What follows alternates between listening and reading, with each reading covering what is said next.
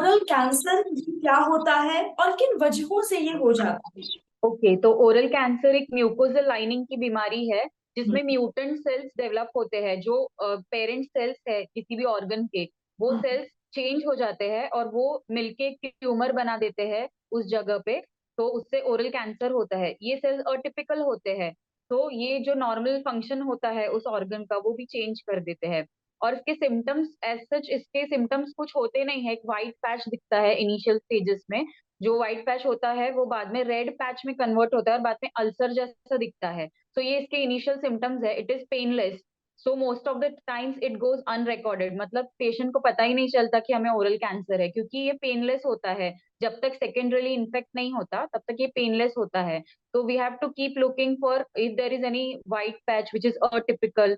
जो अटिपिकल है, ऐसा कोई व्हाइट पैच हमारे मुंह में है क्या, ये हमें देखते रहना पड़ेगा या हमें फ्रीक्वेंट चेकअप के लिए जाना पड़ता है। और हर आई सजेस्ट हर 6 मंथ्स में या 1 ईयर में तो डेंटल चेकअप के लिए जाना ही चाहिए, रेगुलर चेकअप के लिए। बिकॉज कॉमन पर्सन को हम हमारे तो मुंह में अंदर देखते नहीं है और वी इट गोज अनरिकग्नाइज्ड।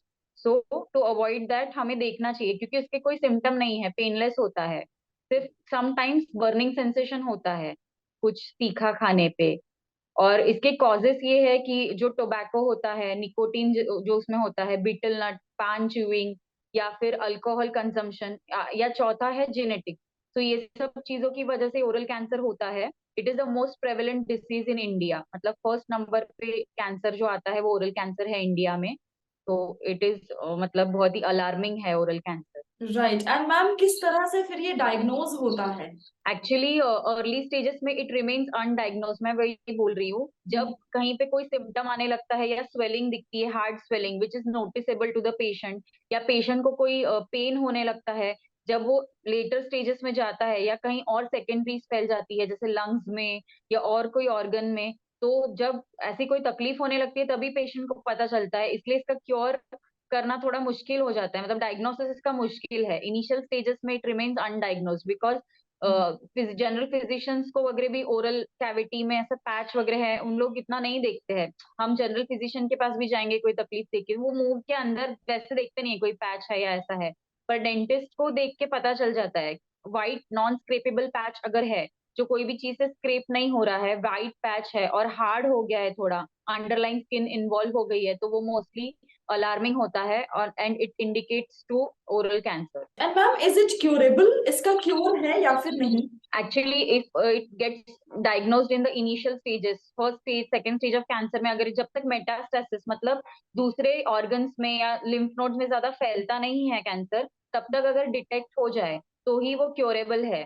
जैसे उसकी सर्जरीज है कि वो पार्ट निकाल दो। अब ओरल कैंसर में हेमी मैंडिबुलेक्टॉमी होती है, मतलब आधा मैंडिबल या फुल मैंडिबुलेक्टॉमी, पूरा टोटल मैंडिबुलेक्टॉमी, मतलब पूरा मैंडिबल जो नीचे का हमारा जॉ है वो निकाल देते हैं। अगर वो निकाल दिया और वो अगर कहीं और फैला नहीं है, जो आजू बाजू के लिम्फ नोड्स होते हैं या कोई ऑर्गन में उसका मेटास्टेसिस नहीं हुआ है, तो उसका 100% क्योर है। बट अगर वो कहीं फैल गया है, सब क्लिनिकल लेवल पे है, जो डायग्नोज या डिटेक्ट नहीं हो सकता है कोई भी टेस्ट पे, तो फिर इट इज अनक्यूरेबल।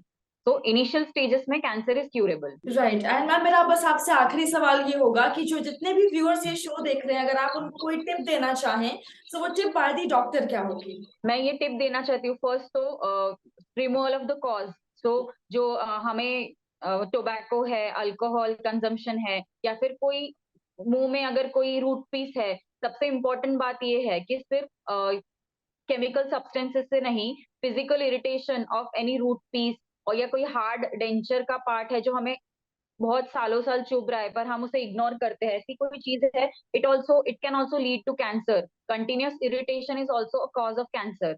तो हमें वो ध्यान रखना चाहिए कि हमको लगता है कि कोई रूट पीस है, चुभ रहा है, ठीक है, हम उसको इग्नोर करते हैं, पर ऐसी भी कोई भी हार्ड चीज जो हमें चुभ रही है, कोई रूट पीस रह गया है या फिर कोई डेंचर का हार्ड पार्ट है, नुकीला पार्ट है जो हमें चुभ रहा है, तो it should be taken care of. Otherwise ये physical irritation also leads to cancer in long term. और जो भी हमारे ये है, जो हम टोबैको यूज करते हैं या फिर टोबैको कंजम्पशन या फिर अल्कोहल कंजम्पशन, इसे हमें अवॉइड करना चाहिए।